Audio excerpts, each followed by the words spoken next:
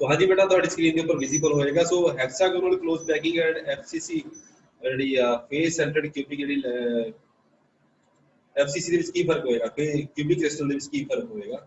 ਸੋ ਐਫਸੀਸੀ ਅਗਰ ਪੈਕਿੰਗ ਦੀ ਗੱਲ ਕਰਦੇ ਹਾਂ ਤਾਂ ਉਹਦੇ ਵਿੱਚ ਕੀ ਹੋਏਗਾ ਏ ਬੀ ਸੀ ਸਟਰਕਚਰ ਹੋਏਗੀ। ਮਤਲਬ ਅਗਰ ए ਵਾਲੇ ਤਿੰਨ ਐਟਮ ਪਲੇਸ ਕੀਤੇ ਹੋਏ ਆ ਇਹਨਾਂ ਦੇ ਉੱਪਰ ਜਿਹੜੇ ਐਟਮ ਹੈ ਜਿਹੜੇ ਬੀ ਪਲੇਨ ਹੈ बी वाले प्लेन जी बनी हुई है बी एटम की जी स्ट्रक्चर है वो ਜਿਹੜੀ ਵੋਇਡਸ ਹੋਣਗੇ ਉਹਨਾਂ ਵਿਚਕਾਰ ਅਗਰ ए ਨੂੰ ਪਲੇਸ ਕੀਤਾ ਜਾਏ ਐਂਡ ਇਹਨਾਂ ਦੇ ਉੱਪਰ ਜਿਹੜੇ ਵੋਇਡਸ ਹੋਣਗੇ ਉਹਦੇ ਉੱਪਰ ਨੈਕਸਟ 3 ਐਟਮਸ ਨੂੰ ਪਲੇਸ ਕੀਤਾ ਜਾਏ ਤਾਂ ए बी सी ਸਟਰਕਚਰ ਆਉਂਦੀ ਹੈ। So that is called FCC structure ਜਿਹਨੂੰ ਆਪਾਂ ਫੇਸ ਸੈਂਟਰਡ ਕਿਊਬਿਕ ਸਟਰਕਚਰ ਬੋਲਦੇ ਹਾਂ ਬੇਟਾ। ਉਸ ਤੋਂ ਬਾਅਦ ਆਪਣੇ ਕੋਲ ਸੀਗੀ ਹੈਕਸਾਗੋਨਲ ਕਲੋਜ਼ ਪੈਕਿੰਗ। ਇਹਦੇ ਨਾਲੋਂ एफसीसी ਨਾਲੋਂ ਥੋੜਾ ਜਿਹਾ ਫਰਕ ਹੋਏਗਾ। ਇਹਦੇ ਵਿੱਚ ਕੀ ਹੋਏਗਾ ਜਿਹੜੇ ਇਹਦੀ ਵੋਇਡਸ ਹੋਣਗੇ ਉਹਦੇ ਵਿੱਚ ਪਲੇਸ ਕੀਤਾ ਜਾਏਗਾ ਲੇਕਿਨ ਆਹ ਵਾਲੇ ਜਿਹੜੇ ਐਟਮ ਹੈ ਬੇਟਾ ਇਹ ਵਾਲੇ atom exactly on the above ਜਿੱਥੇ ਇਹ ਪਲੇਸ ਕੀਤਾ ਹੋਇਆ ਉਹਦੇ ਉੱਪਰ ਹੀ ਪਲੇਸ ਕੀਤਾ ਜਾਏਗਾ ਰਾਦਰ ਦੈਨ ਸਿੰਪਲ ਵੋਇਡਸ। ਸੋ ਇਸ ਕਰਕੇ ਜਿਹੜਾ ਇਹ ਵਾਲਾ ਸਿਸਟਮ ਹੈ ਐਚਸੀਬੀ ਹੈ ਉਹ ਐਫਸੀਸੀ ਨਾਲੋਂ ਥੋੜਾ ਜਿਹਾ ਡਿਫਰੈਂਟ ਹੁੰਦਾ ਹੈ ਲੇਕਿਨ ਇਹਨਾਂ ਦੋਨਾਂ ਦਾ ਪੈਕਿੰਗ ਫ੍ਰੈਕਸ਼ਨ 74% ਹੀ ਆਉਂਦਾ। ਠੀਕ ਹੈ ਜੀ। ਸੋ ਇਹ ਚੀਜ਼ ਮੈਂ ਦਿਖਾਣੀ ਜ਼ਰੂਰੀ ਸੀਗੀ। ਇਹ ਚੀਜ਼ ਬੁੱਕਸ ਪ੍ਰੋਪਰਲੀ ਦਿੱਤੀ ਨਹੀਂ ਹੋਈ। ਸੋ ਉਸ ਤੋਂ ਬਾਅਦ ਆਪਾਂ ਗੱਲ ਕਰਦੇ ਹਾਂ ਬੇਟਾ ਆਪਣੇ ਕੋਲ ਦਿੱਤਾ ਹੋਇਆ ਹੈ ਕਿ ਹੈਕਸਾਗੋਨਲ ਕਲੋਜ਼ ਪੈਕਿੰਗ ਦੇ ਵਿੱਚ ਕੀ ਕੀ ਹੋਏਗਾ। So this is A B A type of arrangement ਤੁਹਾਨੂੰ ਲਿਖਿਆ ਵੀ ਹੋਏਗਾ ਔਨ ਦੀ ਸਕਰੀਨ ਵਿਜ਼ੀਬਲ ਹੈ ਬੇਟਾ ਏ B A type of thing ਹੈ। ਸੋ ਹੈਕਸਾਗੋਨਲ ਕਲੋਜ਼ ਪੈਕਿੰਗ ਦਿੱਤੀ ਹੋਈ ਹੈ ਬੇਟਾ। ਹਾਂਜੀ ਐਨੀ ਡਾਊਟਸ ਐਨੀ ਕੁਐਸਚਨ ਬੇਟਾ ਬੋਲੋ। ਹਾਂਜੀ ਸੋ ਹੈਕਸਾਗੋਨਲ ਕਲੋਜ਼ ਪੈਕਿੰਗ ਦੇ ਕੇਸ ਵਿੱਚ ਕੀ ਹੋਏਗਾ ਕੋਆਰਡੀਨੇਸ਼ਨ ਨੰਬਰ ਆਫ HCP ਜਿਹੜਾ ਹੈ ਉਹ 12 ਹੁੰਦਾ ਹੈ ਬੇਟਾ। HCP ਦੇ ਕੇਸ ਵਿੱਚ coordination number is 12 since atom touch each other along the edges thus R is equal to A/2 ਦੇ ਬਰਾਬਰ ਹੋਏਗਾ। ਇਸ ਕੇਸ ਦੇ ਵਿੱਚ ਕੀ ਹੋਏਗਾ there are 12 atoms located at one edge each of the 12 corners and one corner is shared by the 6 unit cells। ਇਸ ਕੇ ਵੀ ਚੀਜ਼ ਤੇ ਆਪਾਂ ਗੱਲ ਕਰ ਚੁੱਕੇ ਹਾਂ ਬੇਟਾ ਕਿ HCP ਲੈਟਿਸ ਦੇ ਵਿੱਚ ਜਿਹੜੇ ਹੈਗੇ 6 atoms per unit cell ਦੇ corresponding exist ਕਰਨਗੇ। FCC ਦੇ ਵਿੱਚ 4 ਹੋਣਗੇ BCC ਦੇ ਵਿੱਚ 2 ਹੋਣਗੇ ਸਿੰਪਲ ਕਿਊਬਿਕ ਦੇ ਵਿੱਚ 1 ਹੋਏਗਾ ਐਂਡ ਹੈਕਸਾਗੋਨਲ ਕਲੋਜ਼ ਪੈਕਿੰਗ ਦੇ ਵਿੱਚ 6 ਐਟਮ ਪਰ ਯੂਨਿਟ ਸੈੱਲ ਐਗਜ਼ਿਸਟ ਕਰਨਗੇ। ਇਹ ਚੀਜ਼ ਆਪਾਂ ਗੱਲ ਕਰ ਚੁੱਕੇ ਹਾਂ। So volume of the unit cell is calculated as follows. Area of the base ਹੈ ਬੇਟਾ ਬੇਸ ਦਾ ਏਰੀਆ ਕਿਸ ਤਰ੍ਹਾਂ ਕੈਲਕੂਲੇਟ ਕੀਤਾ ਜਾਂਦਾ ਤੁਸੀਂ ਨੋਟ ਡਾਊਨ ਕਰ ਸਕਦੇ ਹੋ। ਸਿੰਪਲ ਟ੍ਰਿਗਨੋਮੈਟਰੀ ਹੈ ਤੁਸੀਂ ਨੋਟ ਡਾਊਨ ਕਰ ਸਕਦੇ ਹੋ ਬੇਟਾ। it is 3√3 a square divided by 2 and volume of the unit cell it is 3√3 a square into c divided by 2 ਦੇ ਬਰਾਬਰ ਹੋਏਗਾ। ਏਰੀਆ ਨੂੰ ਅਗਰ ਆਪਾਂ c ਦੇ ਨਾਲ ਮਲਟੀਪਲਾਈ ਕਰ ਦਾਂਗੇ ਲੈਂਥ ਨਾਲ ਮਲਟੀਪਲਾਈ ਕਰ ਦਾਂਗੇ ਇਹ ਵਾਲੀ c ਲੈਂਥ ਹੋਗੀ ਬੇਟਾ this is the base area ਤੁਹਾਡੇ ਕੋਲ area ਮਲਟੀਪਲਾਈਡ by the length is equal to volume of the unit cell ਤਾਂ ਟੋਟਲ ਵੋਲਿਊਮ ਆ ਜਾਏਗਾ। ਸੋ ਇਹਦਾ ਏਰੀਆ ਦਾ ਵੋਲਿਊਮ ਇਹਦਾ ਏਰੀਆ ਕੱਢਣਾ ਜ਼ਰੂਰੀ ਹੈ ਬੇਸ ਦਾ। ਠੀਕ ਹੈ ਜੀ। ਕੋਈ ਚੀਜ਼ ਤੁਸੀਂ ਕੱਢ ਸਕਦੇ ਹੋ ਬੇਟਾ। ਤੁਹਾਡੇ ਕੋਲ ਕੀ ਹੈ ਬੇਟਾ ਇਟ ਇਜ਼ ਇਕੁਅਲ ਇੱਥੇ ਵੀ ਐਟਮ ਪਿਆ ਹੋਇਆ ਇੱਥੇ ਵੀ ਐਟਮ ਪਿਆ ਹੋਇਆ ਇਸ ਐਟਮ ਦੀ ਕੋਰਸਪੋਂਡਿੰਗ ਕੀ ਹੋਏਗਾ 2r ਹੋ ਜਾਏਗਾ ਇਸ ਐਟਮ ਦੀ ਕੋਰਸਪੋਂਡਿੰਗ r ਹੋਏਗਾ। ਸੋ a will be equal to 2r ਉਤੋਂ ਆਪਾਂ ਇਹਨਾਂ ਚੀਜ਼ ਨੂੰ ਕੱਢ ਸਕਦੇ ਹਾਂ ਕਿ ਕਿਸ ਤਰ੍ਹਾਂ ਦਾ ਰਿਜ਼ਲਟ ਆਏਗਾ। ਸੋ ਦਿਸ ਇਜ਼ ਆਲਸੋ ਇਸ ਕੇਸ ਦੇ ਵਿੱਚ ਆਪਣੇ ਕੋਲ ਰਿਜ਼ਲਟ ਆ ਜਾਣਗੇ। ਠੀਕ ਹੈ ਜੀ।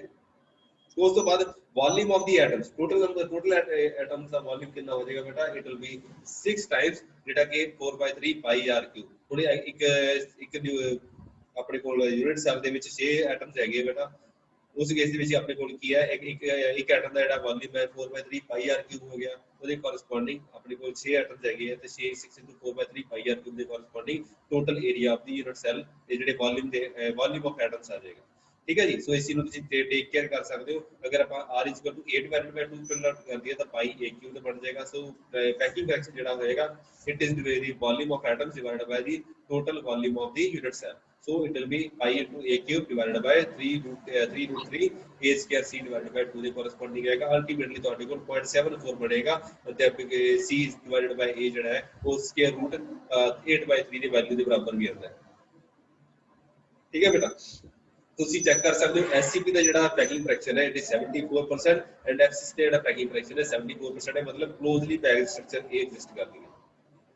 ਜਿਹੜਾ BCC ਹੈ ਉਹ 68% ਹੈ ਜਿਹੜਾ ਸਿੰਪਲ ਕੀਪਿੰਗ ਹੈ ਉਹਦਾ ਤੁਹਾਡੇ ਕੋਲ 52% ਹੋਵੇਗਾ। So that C by A ratio of the hexagonal close packing is 1.633। ਇਹ ਤੁਹਾਡੇ ਦੀ ਕਾਲਰ ਹੀ ਛੱਡਦਾ ਬੇਟਾ ਮੈਂ ਤੁਸੀਂ ਫਾਈਂਡ ਆਊਟ ਕਰਨਾ ਹੈ what is C divided by A। C divided by A ਜਿਹੜਾ ਹੈ ਉਹ ਤੁਸੀਂ ਫਾਈਂਡ ਆਊਟ ਕੀਤਾ ਸਕੁਅਰ ਰੂਟ ਆਫ 8/3। ਉਸ ਤੋਂ ਬਾਅਦ ਗੱਲ ਆ ਜਾਂਦੀ ਬੇਟਾ lattice constant and density. Lattice constant and density ਦੇ ਨਾਲ ਜਿਹੜਾ ਬਿਕੋਜ਼ ਸਿੰਪਲ ਕਿਊਬਿਕ ਸਿਸਟਮ ਹੈ ਸਿੰਪਲ ਕਿਊਬਿਕ ਸਿਸਟਮ ਦੇ ਵਿੱਚ ਜਿਹੜਾ ਵੋਲਿਊਮ ਹੈ a ਕਿਊਬ ਦੇ ਬਰਾਬਰ ਹੋ ਜਾਂਦਾ ਹੈ ਯੂਨਿਟ ਸੈੱਲ ਦਾ। ਤਾਂ ਉਸ ਕੇਸ ਦੇ ਵਿੱਚ ਆਪਣੇ ਕੋਲ ਕੀ ਹੋਏਗਾ ਡੈਂਸਿਟੀ ਦੇ ਵਿੱਚੋਂ ਆਪਾਂ ਲੈਟਿਸ ਪੈਰਾਮੀਟਰ ਕੱਢ ਸਕਦੇ ਹਾਂ। ਸੋ ਇਹਦੇ ਵਿੱਚ ਕੀ ਹੈ we find out relationship between lattice parameter that is a and density of the cubic crystal system. Let m be the molecular mass of the given material and then m grams of the material contain Avogadro number. अगर अपने को molecular mass देता है m के बराबर, chemistry वाले student better understand करनेंगे.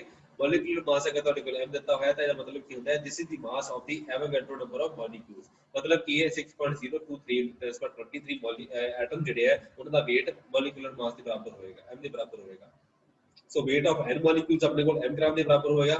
उसके corresponding अगर n molecules के corresponding अपने को की हो जाएगा एक एटम का sorry n molecules one molecule का weight होएगा that will be m by n and उसके corresponding n atom का weight होएगा because number of atoms per unit cell की गल करते हैं. अगर अपने को 4 एटम per unit cell के corresponding लिखा है तो गलत लिखा है, n atoms होना चाहिए molecule में. So m into n divided by n हो जाएगा तो weight of the n atoms corresponding to unit cell. तो unit cell ਦੇ ਵਿੱਚ ਜਿਹੜੇ एटम ਪਏ ਹੋਏ ਉਹਨਾਂ ਦਾ weight ਆਪਣੇ ਕੋਲ ਆ ਜਾਏਗਾ that will be small m. तो डेंसिटी अपन को पता है बेटा मास डिवाइडेड बाय वॉल्यूम होती है. क्यूबिक सेल है इस करके अपने को 8 क्यूब आ जाएगा वॉल्यूम. मास अपन फाइंड आउट कर लिया. डेंसिटी अपन को पता है बेटा डेंसिटी के कोरेस्पोंडिंग अपन लैटिस पैरामीटर जेड़ा फाइंड कर सकते हैं बिकॉज़ ए जेड़ा होएगा लेफ्ट हैंड साइड पे ले आओ बाकी सारा अपन राइट हैंड साइड पे ले जाओ. Ultimately A will be lattice parameter जेड़ा m into n divided by capital M multiplied by rho raised to power 1 by 3 जो कोरेस्पोंडिंग अपने को लैटिस पैरामीटर आ जाएगा. सो ये प्लस 2 ਵਿੱਚ भी ਤੁਸੀਂ ਪੜਿਆ ਹੋਇਆ, ज्यादा मैं स्ट्रेस नहीं करता. So copper has FCC structure and atomic radius of 1.278 angstrom. तो ਤੁਹਾਡੇ ਕੋਲ ਇੱਕ numerical ਦਿੱਤਾ ਹੋਇਆ, ਤੁਸੀਂ ਇਹਦੀ density find out ਕਰਨੀ. Calculate its density and atomic weight of copper is 63.54. ਹੁਣ ਆਪਣੇ ਕੋਲ ਕੀ ਦਿੱਤਾ ਹੈ FCC structure ਦਿੱਤੀ ਹੋਈ ਹੈ. FCC structure ਦੇ ਵਿੱਚ ਤੁਹਾਨੂੰ ਪਤਾ ਹੋਣਾ ਚਾਹੀਦਾ A = 4r by square root 2 ਦੇ ਬਰਾਬਰ ਹੁੰਦਾ ਹੈ. तो ਤੁਹਾਡੇ ਕੋਲ ਆਟੋਮੈਟਿਕਲੀ ਲੈਟਿਸ ਪੈਰਾਮੀਟਰ ਪਤਾ ਲੱਗ ਜਾਏਗਾ. ਸੋ ਇਹ ਵਾਲਾ ਫੈਕਟਰ ਤੁਸੀਂ ਹਮੇਸ਼ਾ ਯਾਦ ਰੱਖਣਾ ਹੈ ਕਿ ਕਿਹੜੇ ਫੈਕਟਰ ਜਿਸ ਤਰ੍ਹਾਂ SCP ਦੇ ਕੇਸ ਵਿੱਚ ਆਪਣੇ ਕੋਲ ਆਪਣੇ ਕੋਲ जो आया ਸੀਗਾ r = a divided by 2 ਦੇ ਕੋਰਸਪੋਂਡਿੰਗ ਆ ਗਿਆ ਸੀ.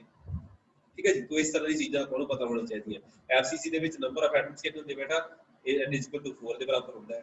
तो ਡੈਂਸਿਟੀ ਆਪਾਂ ਕੱਢ ਸਕਦੇ ਹਾਂ. ਮੋਲੀਕੂਲਰ ਮਾਸ ਪਤਾ ਲੱਗ ਗਿਆ ਬੇਟਾ 63.54 ਆਪਣੇ ਕੋਲ ਕੀ ਹੈ n = 4 ਹੋ ਗਿਆ. एवोगैड्रो नंबर ਆਪਾਂ ਨੂੰ ਪਤਾ ਹੈ ਬੇਟਾ a ਦੀ ਕਿਊਬ ਆਪਾਂ ਫਾਈਂਡ ਆਊਟ ਕਰ ਸਕਦੇ ਹਾਂ ਬਿਕॉज ਲੈਟਿਸ ਪੈਰਾਮੀਟਰ ਆਪਾਂ ਨੂੰ ਪਤਾ ਲੱਗ ਗਿਆ. ਸੋ ਤਾਂ ਆਪਾਂ ਡੈਂਸਿਟੀ ਕਰ ਸਕਦੇ ਹਾਂ. So diamond cubic structure. So diamond के केस ਵਿੱਚ ਥੋੜੀ ਜੀ ਥੋੜਾ ਜਿਹਾ ਮਿਕਸਚਰ ਹੁੰਦਾ ਹੈ. diamond exhibit both types of crystal cubic and hexagonal but diamond cubic structure is well known. So cubic structure ਦੀ ਜ਼ਿਆਦਾ ਮੰਨੀ ਜਾਂਦੀ ਹੈ. This structure is also exhibited by silicon zirconium and graphite. Sorry. So space lattice of diamond cubic lattice crystal is FCC. तो cubic crystal ਦੇ ਵਿੱਚ ਜਿਹੜਾ structure ਹੋਏਗੀ that will be FCC with 2 atoms per lattice point. So lattice ਦੇ 2 atom ਹੋਣਗੇ. It may be considered to be found by interpenetrating to FCC lattice along the body diagonal by 1/4 of the body diagonal. ਤੁਸੀਂ ਸ਼ਾਇਦ ਪੜ੍ਹੀ ਹੋਏਗੀ ਲੇਕਿਨ ਮੈਂ ਦੁਬਾਰਾ elaborate ਕਰ ਦਿੰਦਾ.